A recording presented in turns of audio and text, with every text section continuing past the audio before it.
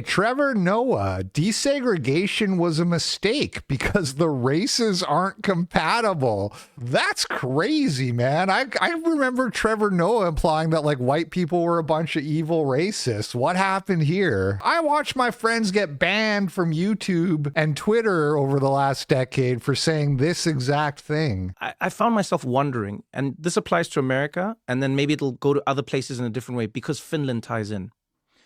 Do you think that integration was the right move? Like, and now I'm separating two things because I know in America people are like, well, of course, I mean, there was racism and there's segregation. And I go, yeah, no. I'm separating them.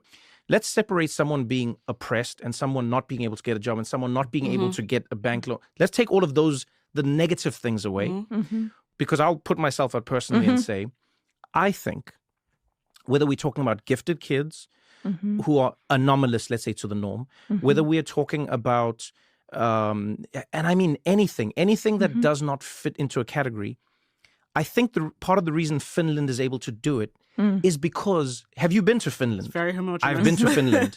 You know who's in Finland? Finnish people. That's it. That's it. And because they're all Finnish, there's an idea of like, no, we all head in the same direction. We all know what our actions mean. And that's a really powerful thing I've learned in communicating with other people. He just discovered like the concept of kinship. These are things that were completely taken for granted for like 2,000 years of human history or more, where it's like, okay, we have a shared heritage, a shared culture, a shared ancestry. Like we are kinfolk.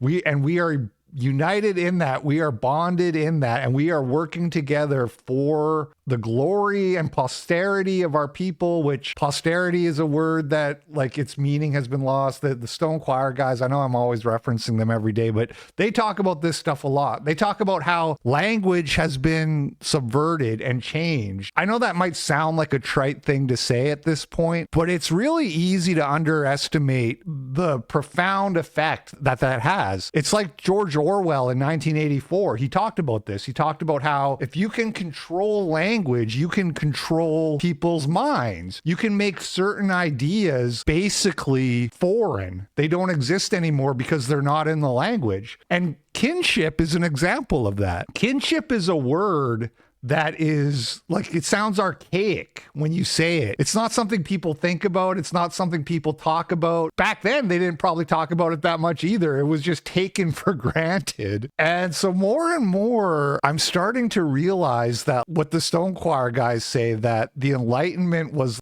Satan's magnum opus. That was his masterstroke. And it makes perfect sense when you think about it, because what was the original sin? What was the first sin of man in the garden? It was eating the apple, right? What was the apple? It was the apple from the tree of knowledge, right? And so it's like God trying to say to us, when you think you know better than me, and you think you're going to intellectually supersede the things that are ingrained into you that you don't even need to think about, that will bring you to a fallen state. And Satan figured this out. He must have been working on it from day one. And the Enlightenment is just kind of like one step along the way. It keeps going. You have the sexual revolution in the 60s and on and on. But the Enlightenment is kind of a really key moment because it was when we elevated reason above God. And when you do that, that means reason is your new God. And reason leads you to these fucked up places way away from common sense where you say, well, what difference does it make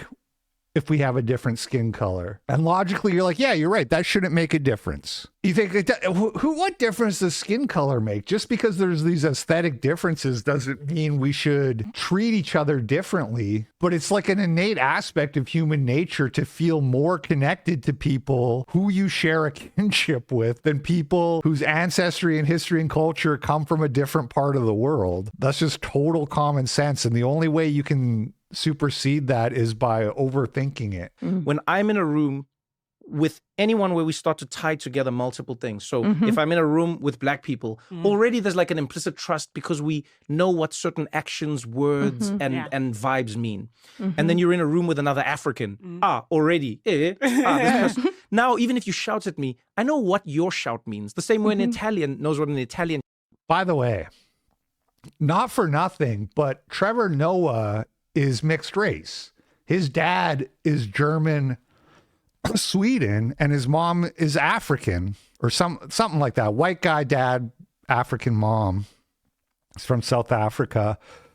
And mixed race people always have a unique perspective on this topic because they know more than anyone that they do not fit in anywhere. There is no place for half German, half Africans. There's no country. There's no shared heritage of people like that. It's a brand new thing that only really started to exist in the last couple of generations, right?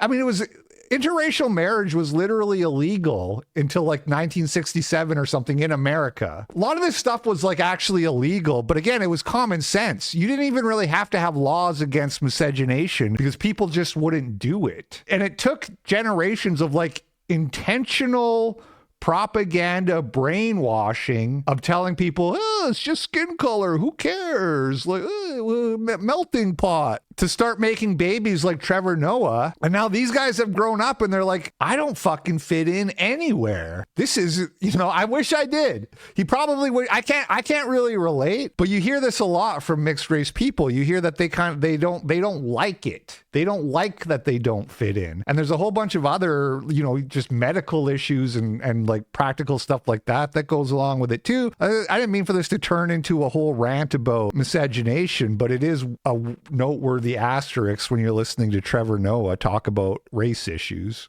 Shout means. Yeah. Right?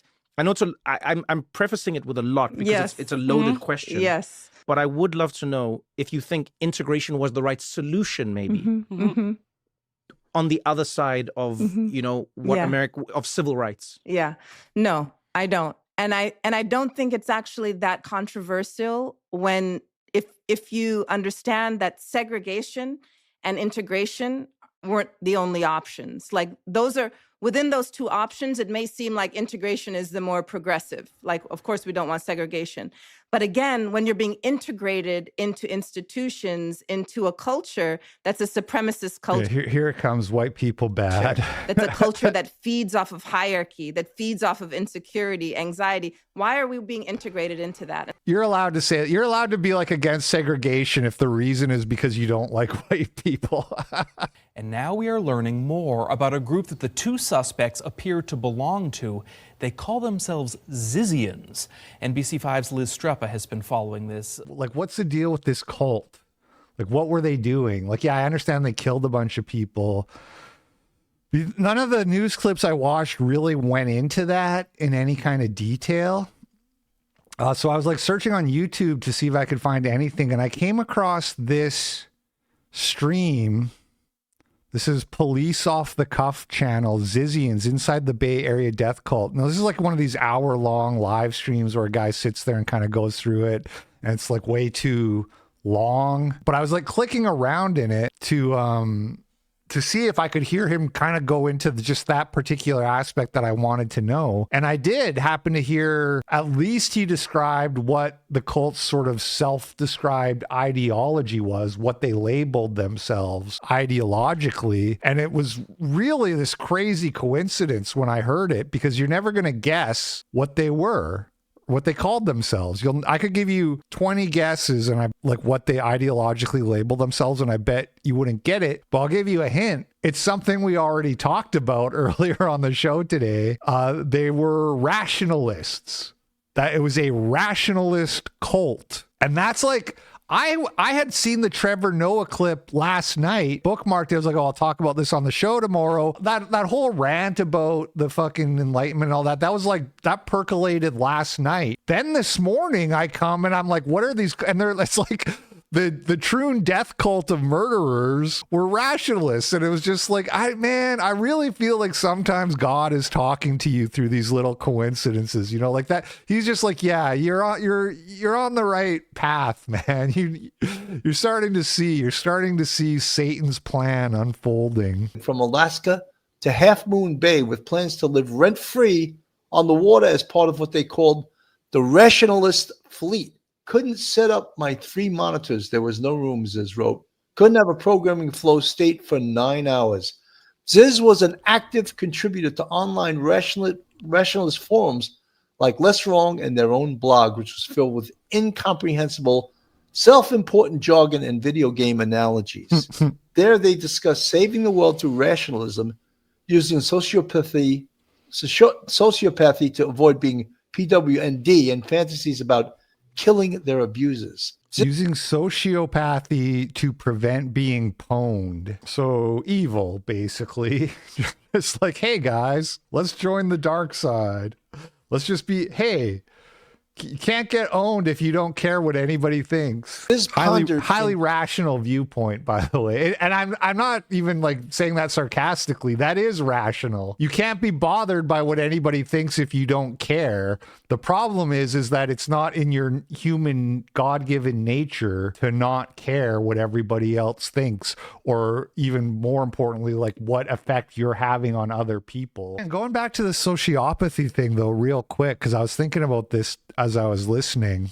Do unto others. That's Jesus said that. That's the golden rule. We all know that one, whether or not we even are aware that it comes from Jesus. We all know it. Do unto others as you would have others do unto you, right? But sociopathy is when you say, hang on a second. If I do unto others what is good for me, and I don't limit myself to treating other people the way that I want to be treated, I win. I get ahead. I get ahead by not like limiting myself to this rule of treating other people the way that I would want to be treated. And that is, again, that is rational, totally rational way of thinking.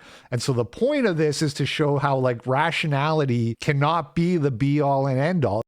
Hey, what up, Familama Ding Dong? It is I, your boy LP, and the clip you just watched is from my live stream show, The Daily Cope, which I do 4 to 5 times a week on Rumble, Odyssey, and my other YouTube channel. I will link all of them below if you want to check it out. And thanks for watching. Hope you're having a great day, and I will catch you on the flip side. Peace out.